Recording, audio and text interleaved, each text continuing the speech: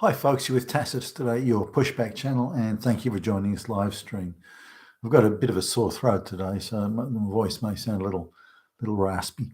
In this essay, I'd like to talk about how many people who are not really following the political scene at all, they're just getting their news from the mainstream news media and from their yoga clubs and their organic food clubs and so on.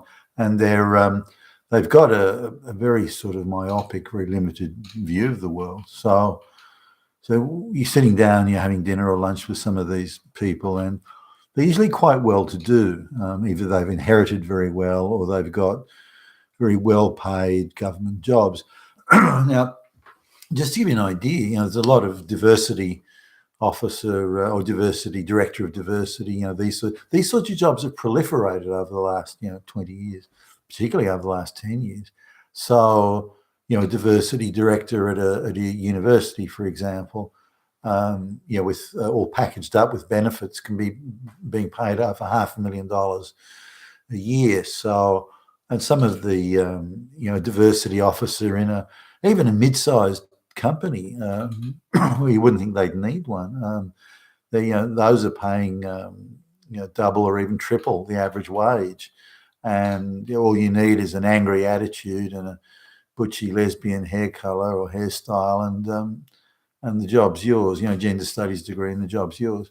And these are people who, in a real world of competitive capitalism, of having to produce something of value, they'd be flat out making $30,000-$40,000 a year, but here they are being paid rather well compared to their abilities. Some of them are so stupid and moronic and so angry and bitter with the world that you got to wonder how they could even have a job, let alone that sort of job that pays rather well. But but I've mentioned this before. If I look at the best paid jobs in the nation in Australia, the best paid jobs, so the top 1%.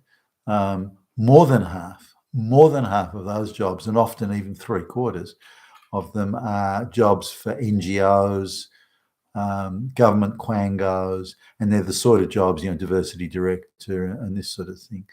So, there was one job that I saw a few days ago. It was for an Indigenous Australian sort of advisor, and that paid over $300,000 a year and so on. So these jobs that used to pay the minimum wage or close to it are now some of the best paid jobs in the nation.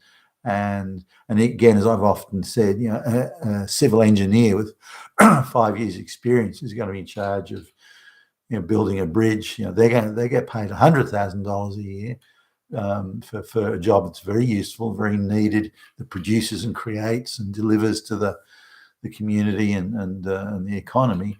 And so $100,000 a year for that guy, whereas the lesbian diversity director at the college gets $500,000 a year. That's the imbalance that we've got in the economy now. And we're already paying a huge price for that, but the globalists are determined that's how it wants to be. Now, if you look at any job now that is openly pro-globalist, it pays well. And the globalists have made sure that any job that is in support of or furthers or underwrites or enables globalization or any of its central tenets, those jobs will pay well, whereas real productive jobs will pay less, sometimes substantially less. So there's a guy I know who's he's an engineer, and he gets $120,000 a year, and he's quite a senior engineer. He's got something like 15, 18 years odd experience, and he's highly qualified. and his wife's become some diversity officer or feminist director or something like that in a like a government quango.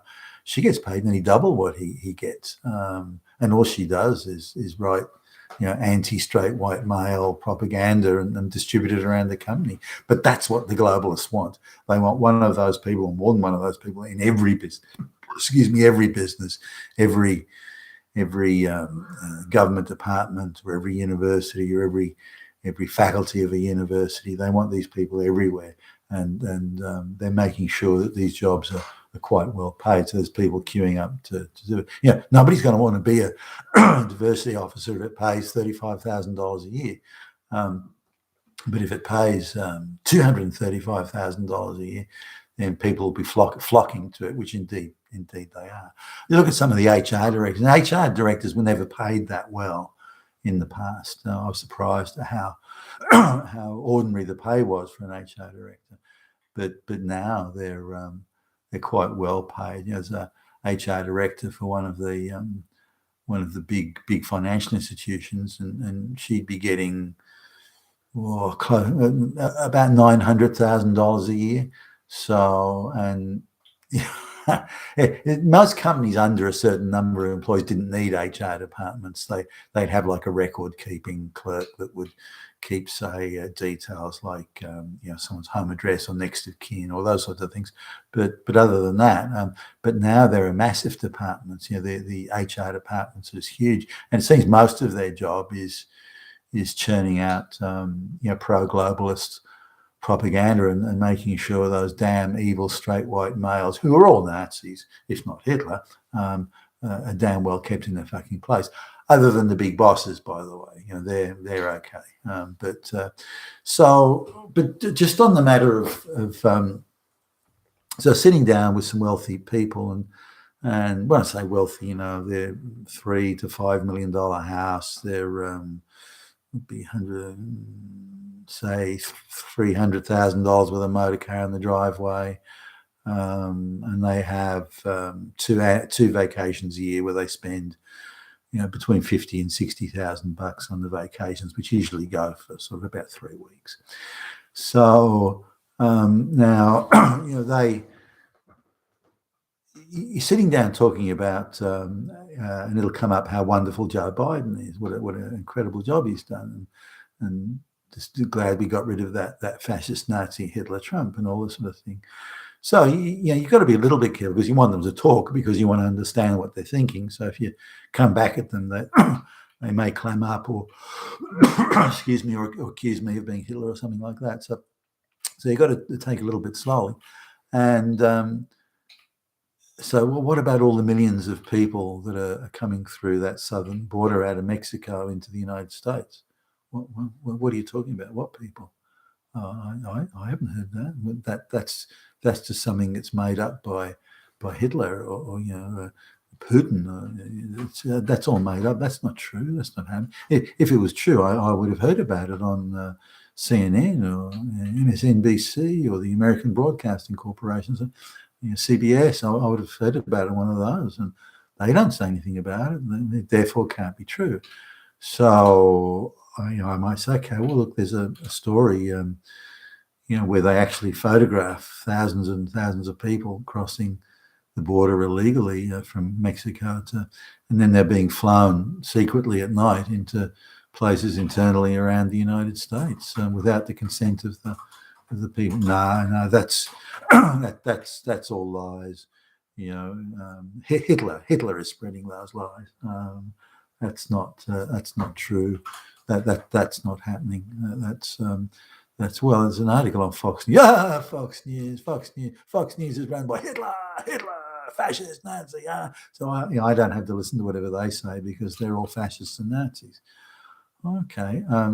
Biden's mental faculties are really sort of like he can barely get a couple of sentences out without looking like he's got dementia. And again, they look at you blankly. They haven't seen that. All the mainstream media channels, they really edit that out.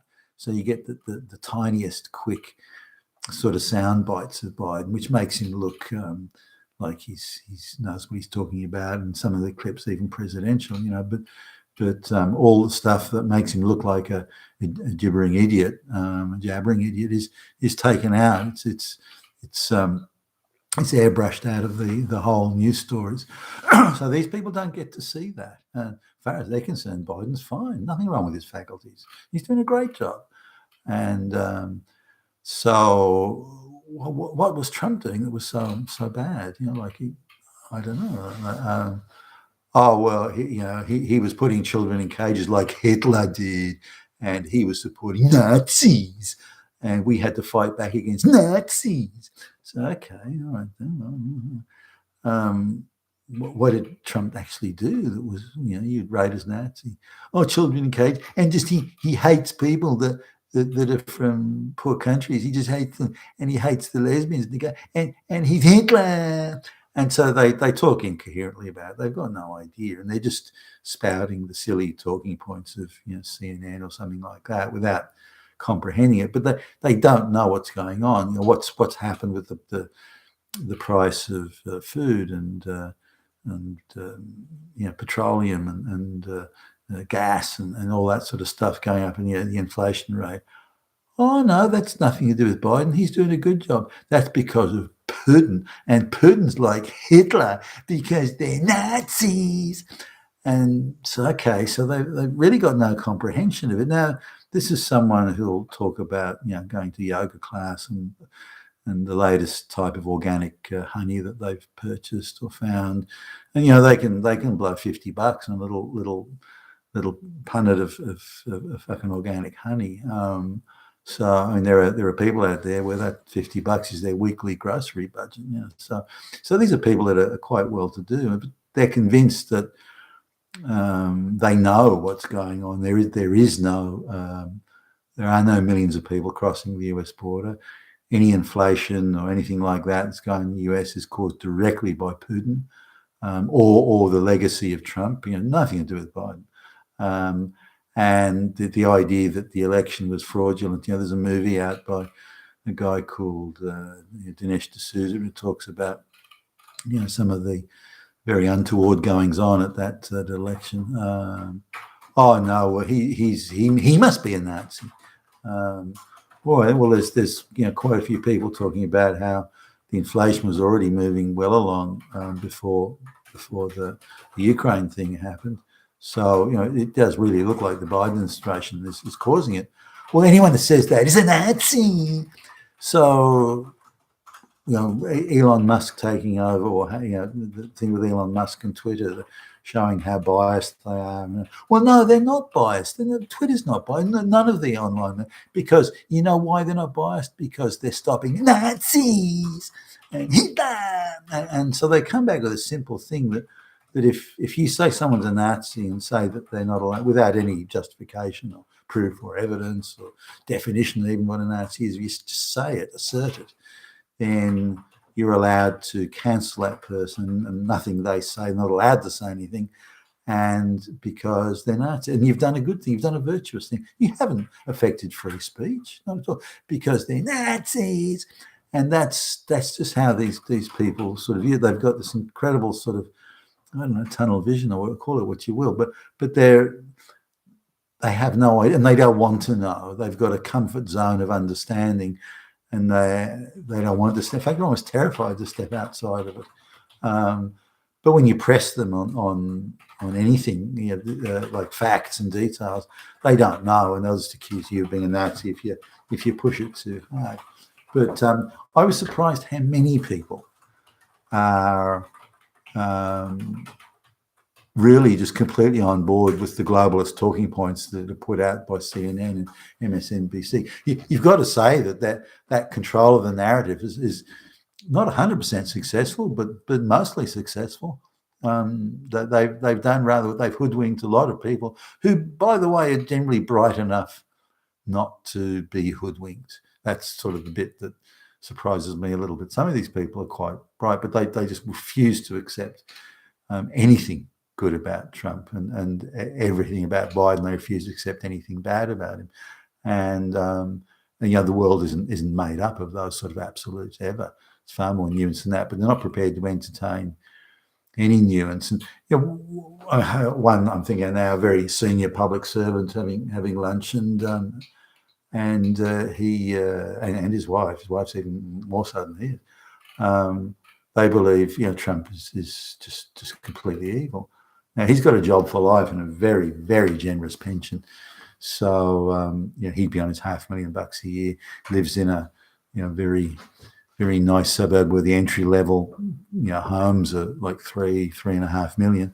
So when we're talking about Trump, I might just say, well, Trump, he didn't want any foreign wars. He didn't want to send American jobs offshore. He didn't want mass migration of unskilled people into the United States. It's not so bad, is it? I mean, what's wrong with that? That seems fairly sort of mild and bland even.